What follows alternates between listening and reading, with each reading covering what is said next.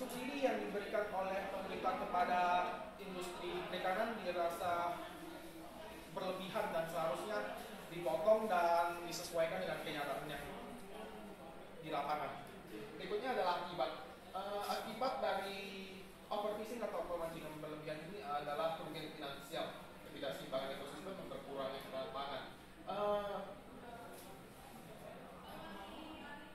Definisi overfishing itu adalah ditangkapnya beberapa spesies ikan secara berlebihan sehingga akan merusak ekosistem dan ketahanan pangan negara. Nah, ini adalah suatu contoh ilustrasi sederhana di mana sekali penangkapan itu akan mengakibatkan dampak negatif terhadap lingkungannya sendiri, dan perkembangan teknologi hanya akan mempercepat proses ini. Solusi yang kami tawarkan itu yang secara konvensional itu adalah membedah manajemen perikanan dan subsidi. Penangkapan ikan yang berkelanjutan memperluas kawasan terindo. Nah, selain solusi telah saya sebutkan tadi, kami juga memiliki proposal akan solusi yang kami pikir sesuai. Akan dijelaskan oleh sebenarnya.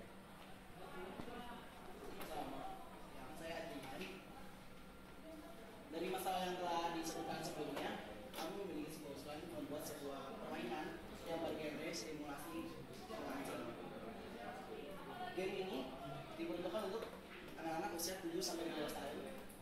Tujuan permainan ini adalah kita akan mengajarkan kepada sang pemain agar mereka tahu akan pentingnya melestarikan lingkungan perairan.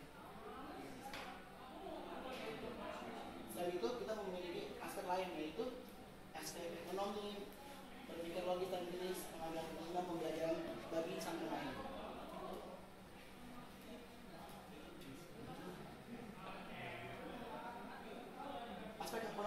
Aspek ekonominya adalah mengajarkan kepada pemain agar seperti di dalam sebuah permainan itu ada misalkan sebuah kapal itu kita nggak bakal jadi sebuah kapal yang besar di awal untuk menanggung semuanya karena ekonomi kita begitu. Dan kedua ada berpikir logis dan kritis maksudnya di permainan ini kita nggak bisa membeli menangkap semua ikan sekaligus, karena ketika kita menangkap semua ikan sekaligus, untuk selanjutnya